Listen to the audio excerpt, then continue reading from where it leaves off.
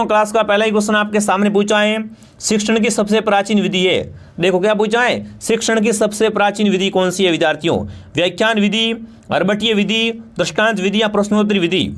शिक्षण की दोस्तों सबसे पुरानी विधि कौन सी है? व्याख्यान विधि। जो भी ऑप्शन ए कमेंट कर रहा है ऑप्शन नंबर ए आपका सही रहेगा। ठीक है, आगे बढ़ते हैं। अगला सवाल आपके सामने, किस विधि में छात्र विशिष्ट से सामान्य और अग्रसर होते हैं?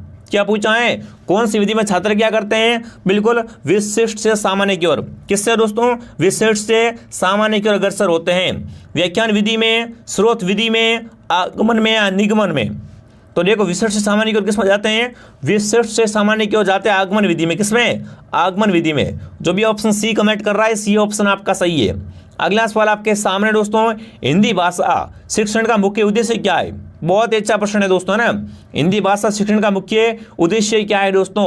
देखिए, भाषा का ज्ञान देना, प्रश्न पूछने, अपनी बात कहने का अवसर देना, मौन पाठन के उपरांत शब्दार्थ करना या व्याकरणिक नियम कंठस्थ करानी।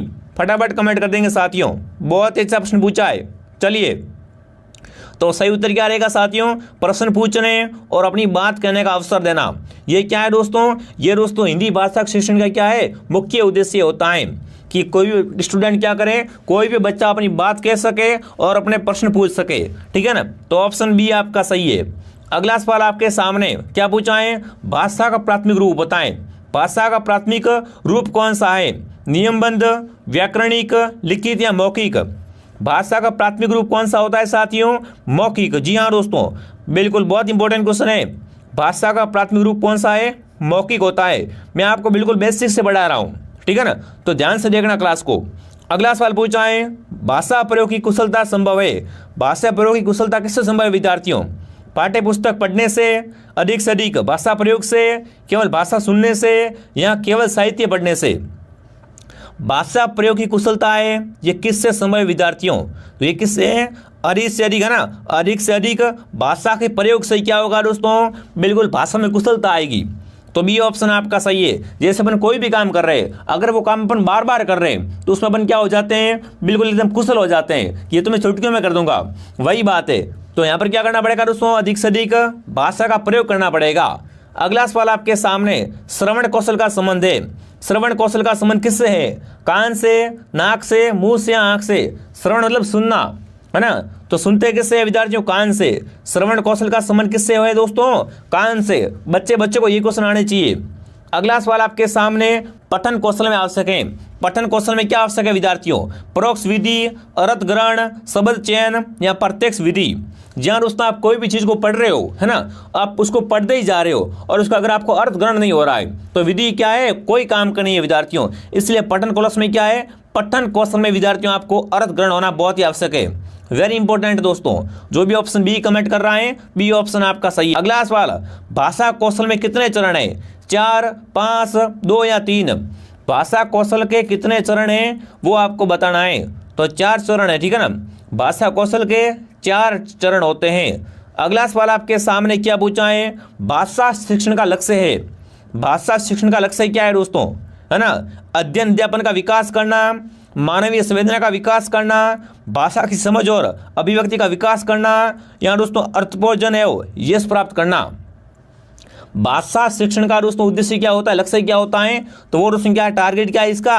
भाषा की समझ और अभिव्यक्ति का विकास करना ही क्या होता है? भाषा शिक्षण का उद्देश्य लक्ष्य होता है। ऑप्शन सी आपका सही है। अगला सवाल आपके सामने पूछा है दोस्तों, इनमें से भाषा शिक्षण की चुनौती है। कमेंट करना, इनमें से कौन क्या है दोस्तों? भाषा शिक्षण की चुनौतियां हैं। चुनौतियां कौन कौन सी है?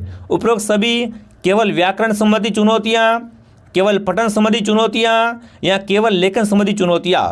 तो देखो दोस्तों, इनमें से है ना भाषा शिक्षण संबंधी चुनौतियां कौन कौन सी? तीनों ही है, ठीक है ना। बिल्कुल, व्याकरण संबंधी भी है, पठन संबंधी भी है और लेखन संबंधी भी है। मतलब क्या आएगा? उपरोक्त सभी। जो भी ऑप्शन ए कमेंट कर रहा है उपरोक्त सभी बता रहा है, उपरोक्त सभी ऑप्शन आपका सही है। अगला सवाल आपके सामने, बालकों के भाषा सीखने में एक उपयुक्त परिवेश नहीं है। देखो नहीं क्या पूछा है कि बालकों के भाषा सीखने में ना कौन सा उपयुक्त परिवेश नहीं होता है।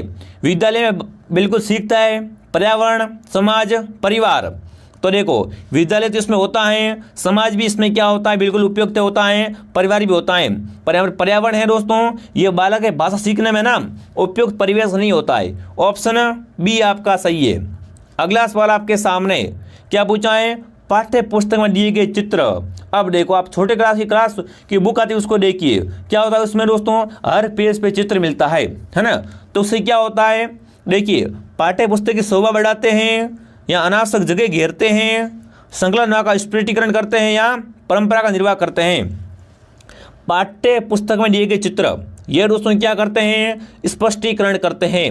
क्या करते हैं साथियों, स्पष्टीकरण। जैसे अपन कोई भी समझ में नहीं आ रहा है तो अपन उस चित्र में देख के समझ सकते हैं। यहाँ पर अपन कोई भी एक बुक पढ़ रहे हैं, अगर उसमें चित्र है ना तो वो अपन को क्या है, ज़्यादा याद रहेगा, है ना। देखी हुई चीज़ें क्या है माइंड में ज़्यादा रहती है।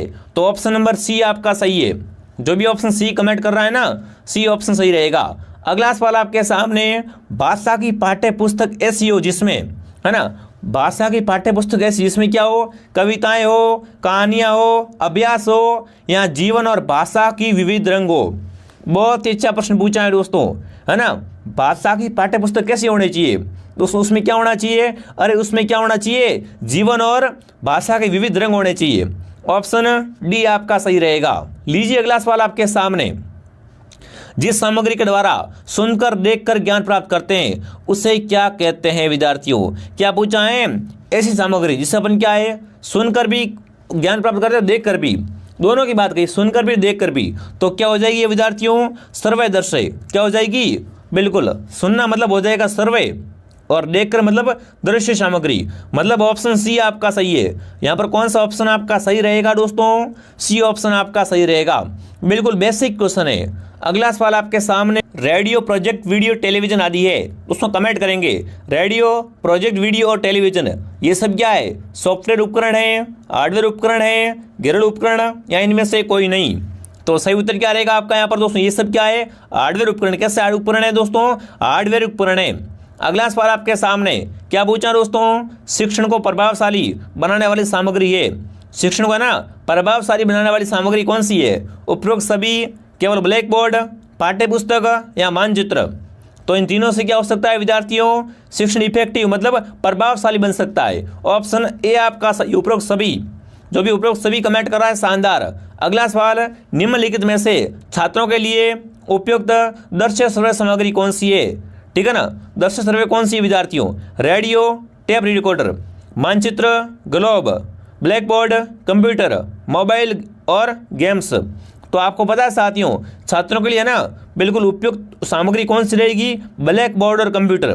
कौन सी दोस्तों, ब्लैक बोर्ड और कंप्यूटर, है ना। बहुत अच्छा प्रश्न है, ऑप्शन सी आपका सही है। अगला सवाल आपके सामने, मूल्यांकन एक प्रक्रिया है, सतत है, गतिशील, व्यापक या सीमित। मूल्यांकन दोस्तों कैसी प्रक्रिया है, मूल्यांकन क्या है, सतत है। क्या है मूल्यांकन, सतत प्रक्रिया है। ऑप्शन ए आपका सही है। अगला सवाल आपके सामने, मापन किसी विषय वस्तु का उपलब्धि या मान है, संख्यात्मक, परिणात्मक है, गुणात्मक, संख्यात्मक, परिणात्मक और गुणात्मक या उपयुक्त सभी। दोस्तों मापन क्या है, मापन किसी विषय वस्तु का उपलब्धि का मान है। तो इसका सही उत्तर क्या रहेगा, ये क्या होता है दोस्तों, संख्यात्मक या परिणात्मक होता है। ऑप्शन नंबर ए आपका सही है। अगला सवाल आपसे क्या पूछा है, CCE से तात्पर्य है, वेरी इंपॉर्टेंट है CCE, रीट वालों वेरी इंपॉर्टेंट है CCE। इसका अर्थ क्या होता है, इसकी फुल फॉर्म क्या होती है विद्यार्थियों, ये क्या है दोस्तों, सतत व्यापक मूल्यांकन। CCE क्या होता है दोस्तों, सतत व्यापक मूल्यांकन है। ऑप्शन ए आपका सही है, ये CCE है। यहाँ से प्रश्न पक्का बनता है एग्जाम हर बार। अगला सवाल, उपचारात्मक परीक्षण का उद्देश्य है छात्र की अभिव्यक्ति का सुधार करना, छात्र की भाषा संबंधी क्षमता का मूल्यांकन करना, छात्र की कमजोरियों का पता लगाना या छात्र में सर्वोत्ति का विकास करना। तो देखो विद्यार्थियों, उपचारात्मक परीक्षण है ना, उपचारात्मक परीक्षण का उद्देश्य क्या होता है, इसका एक ही उद्देश्य क्या है दोस्तों, छात्र की कमजोरियां दूर करना। क्या करना दोस्तों, छात्र की कमजोरी का पता करना फिर इसको दूर करना। तो ऑप्शन नंबर सी आपका सही है। जो भी ऑप्शन सी कमेंट कर रहा है वेरी गुड। अगला सवाल आपके सामने दोस्तों, शिक्षक की सबसे बहुमूल्य निधि कौन सी है। कमेंट करेंगे साथियों, शिक्षक की सबसे बहुमूल्य निधि है, उसकी सेवा, उसका वेतन, उसकी गर्व या छात्रों का विश्वास। तो आपको पता है दोस्तों, छात्रों का विश्वास बहुत इंपॉर्टेंट है, ठीक है ना। छात्रों को बिल्कुल ट्रस्ट होना चाहिए टीचर पे, मतलब छात्रों का विश्वास उसके प्रति करे तो क्या है वो शिक्षक की सबसे बहुमूल्य निधि होगी। ऑप्शन डी आपका सही है। अगला सवाल, निम्न में से कौन सा पर्यावरण का भौतिक कारक है? पर्यावरण का भौतिक कारक कौन सा है? पेड़ पौधे, वायु, मनुष्य या सूक्ष्म? फटाफट कमेंट कीजिए। पर्यावरण का भौतिक कारक कौन सा है दोस्तों? बिल्कुल वायु, ठीक है ना। भौतिक कारक में क्या क्या आता है दोस्तों? जल, वायु, मिट्टी, खनिज, चट्टान, अग्नि। और जैविक कारक में पेड़ पौधे, सूक्ष्म जीव और प्राणी। ऑप्शन बी आपका सही है।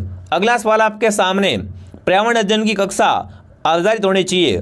दोस्तों पर्यावरण अध्ययन की कक्षा है ना, ये किस पे आधारित होनी चाहिए? गतिविधि आधारित कक्षा होनी चाहिए, पाठ्य पुस्तक पर आधारित कक्षा, पाठ्य पुस्तक में दी गई गतिविधियों पर आधारित, या उपरोक्त सभी पर? पर्यावरण अध्ययन की कक्षा है ना, ये किस पर आधारित होनी चाहिए? तो ये क्या है दोस्तों? गतिविधि आधारित। किस पर दोस्तों? गतिविधि आधारित होनी चाहिए। ऑप्शन ए आपका सही है। अगला सवाल, पर्यावरण शिक्षण की प्रभावशाली विधि है। पर्यावरण शिक्षण की प्रभावशाली विधि कौन सी है? व्याख्यान विधि, आगमन विधि, निगमन या प्रयोगशाला? पर्यावरण शिक्षण की है ना सबसे प्रभावशाली विधि कौन सी होती है? प्रयोगशाला। जो भी प्रयोगशाला कमेंट कर रहा है बिल्कुल, कौन से दोस्तों? Laboratory method. बिल्कुल ये क्या होता है? पर्यावरण शिक्षण का सबसे प्रभावशाली विधि होती है लेबोरेटरी मेथड, मतलब बिल्कुल प्रयोगशाला विधि, ठीक है ना। इस